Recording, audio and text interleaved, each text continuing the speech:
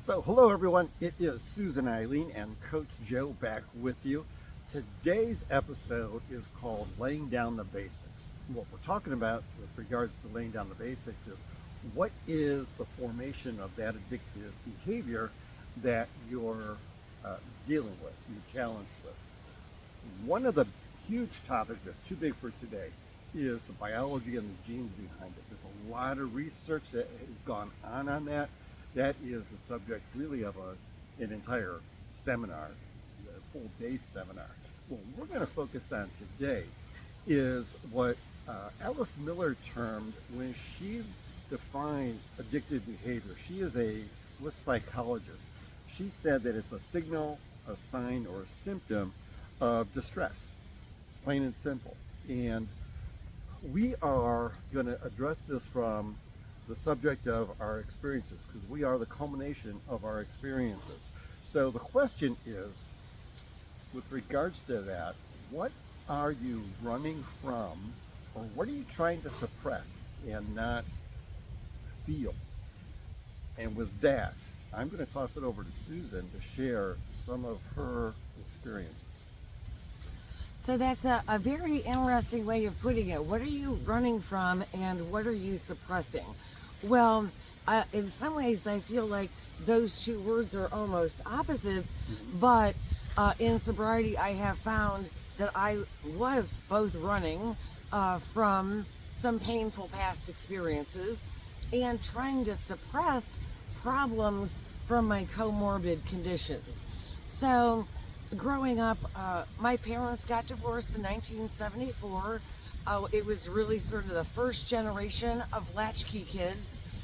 If you talk to anybody from that generation, you'll find that we all pretty much say the same thing, that we were not emotionally supported in the way that we needed to be. And so it really doesn't even matter what your income level is. If you are not receiving emotional support, that's going to have an impact on you.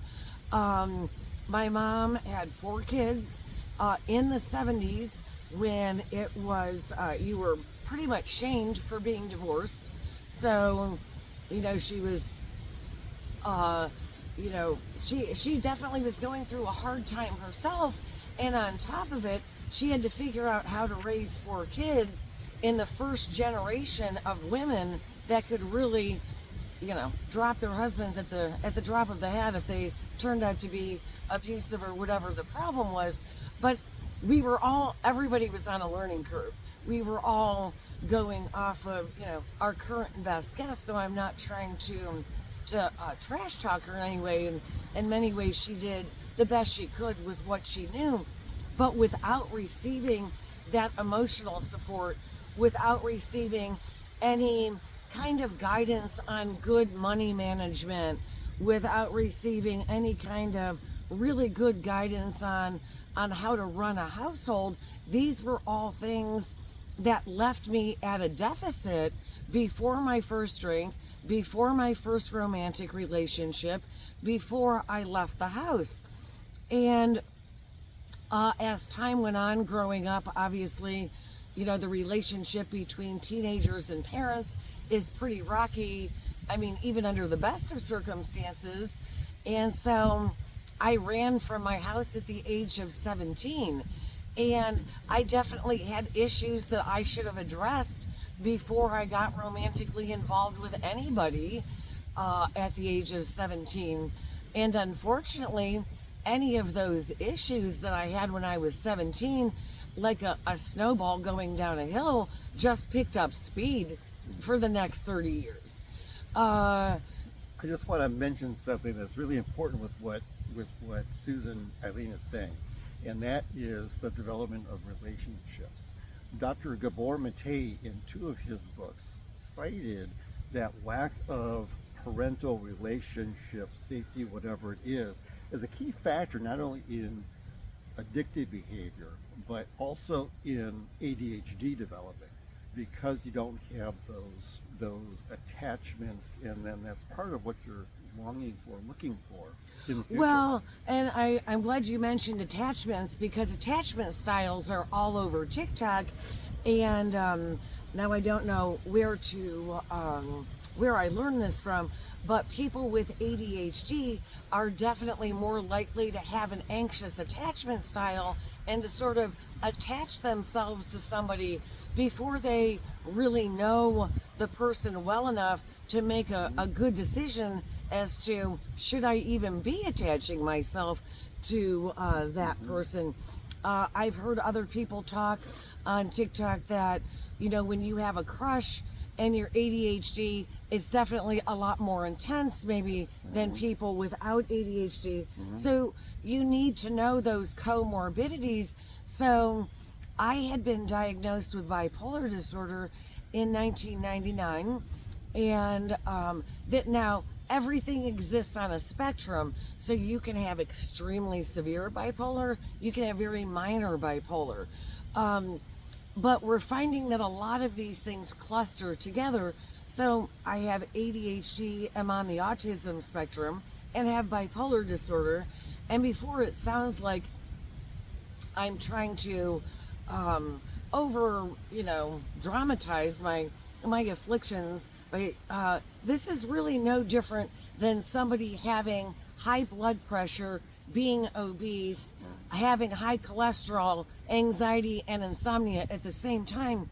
Really, none of our medical conditions exist in isolation, like the game Operation, Right. that the funny Right. bone is connected. Everything's all connected. None of our medical issues are going to exist in isolation.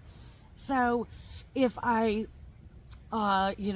describe my childhood as being chaotic, having a lack of a proper foundation, experiencing a lot of bullying in school, getting pregnant at an early age, and then my second marriage definitely being very toxic and dysfunctional. Then on top of that, I had underlying these undiagnosed issues. So I was running from my problems in addiction, and I was suppressing my medical conditions. Neither are good solutions for anything. Neither running or suppressing is a good solution to anything. Now, at some point, you hit a wall, or you hit a rock bottom, Yes. or maybe 2 or 3 rock bottoms. So I actually, until I just gave you that little summary, never realized how much of a hot mess I sounded like. But realistically, we like to look at maybe some of these influencers, and I mean, more people are hot messes, I guess, than you realize. What you can do though in recovery is, for my ADHD, I can make accommodations. I can begin the process of forgiveness for both myself and my parents and past romantic relationships, so that those the anger and resentments of those things don't weigh me down. Because if I can clear out all of that unnecessary baggage, the anger and the resentment, and lay a good foundation, now my only issues that I have to worry about are the ADHD and autism. Now I because I stopped running from my problems and cleaned up all those problems, none of my problems from my past are catching up to me anymore. They are left in the past where they belong, and now I can be future focused. Yeah. So, 2 really important points with that. And we've talked about this before, but recovery has to be holistic. So the coaching that we do, the program that we do, will not work unless you have treated and addressed the comorbidities, whether it's getting mental health assistance, medications, medical treatments for being healthy, having a better lifestyle, a healthier lifestyle. If those things aren't aligned as part of that foundation, as Susan said, then the coaching doesn't work, because that's all part of your commitment to get better. The other thing I want to mention, and we were actually going to end with this, but this is a good point to bring this up. because Susan just went down this path. You had an aha moment or a revelation early on when we started talking, and you said part of being in recovery is you have to do something. And what is that? Call yourself on your own bullshit? What, call yourself on your own bullshit is great, but I still remember sitting at a coffee shop having a discussion, and she said, Susan said, you in your recovery journey, you have to be comfortable with feeling again. Oh, because yes. because whatever you're running from, whatever you're suppressing, you have that line in the sand. When you stop running, then Yes. you can take action. I'll let you go from there. Well, and when I was saying that my issues were picking up speed, I feel like, you know, my baggage, I guess, as they would say in the dating world, was probably the size of a carry-on when I left, you know, my childhood home. And by the time I left my second marriage, I had a five-piece deluxe luxury set that I was hauling around with me. So by cleaning up that baggage, and the reason why it's important to address whatever is bothering you from your childhood, and it doesn't have to be from your childhood. Suppose you were a veteran and you witnessed some traumatic events there. Suppose you were in a domestically abusive relationship. Until you address that stuff, those issues are going to follow you. And my two hands down worst romantic partners were actually exactly like my father, and those relationships more or less are a reenactment of my mother and father's relationships.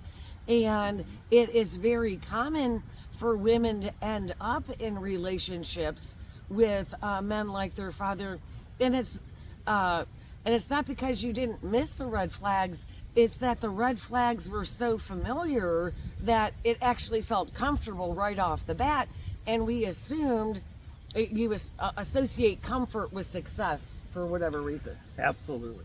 Yeah, that's fascinating right there, because if that's what you believe normal is, then you don't know anything different. Yes. So I, growing up in a very poor area of Ohio, not only was I not receiving the emotional support and the foundation in my home, the entire town I lived in really had a distinct lack of role models. And role models can definitely make all of the difference and save you a lot of time. So in recovery, when you're making new connections, you want to make connections with people you want to be like, not like you used to be like.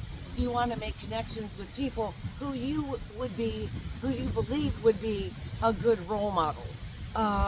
Do not make connections with people who are living a life that you don't want to live. The goal in recovery is improvement, is getting rid of the drama, getting rid of the dysfunction, getting rid of the overdraft charges from the bank and the fights with the boss and the petty arguments with your daughter, and actually having a healthy, sustaining existence. So, very true. Your recovery journey, you're going to have to make some choices, because some of the friends you had, some of the places you visited, they're not coming with you when you board the recovery train. When you board the recovery train, there's going to be some people left at the station because they don't support your recovery. They're actually inhibiting it, and you've got to create those new relationships that are promoting your recovery.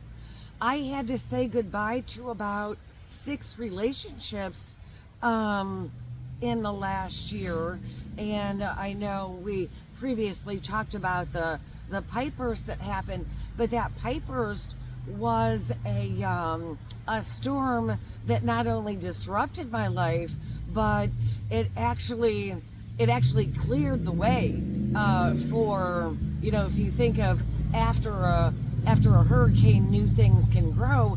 That's perfect storm showed the true colors of anybody who wasn't truly supportive, and now has made room for much better relationships. So in active addiction, You are typically people pleasing, you're a doormat.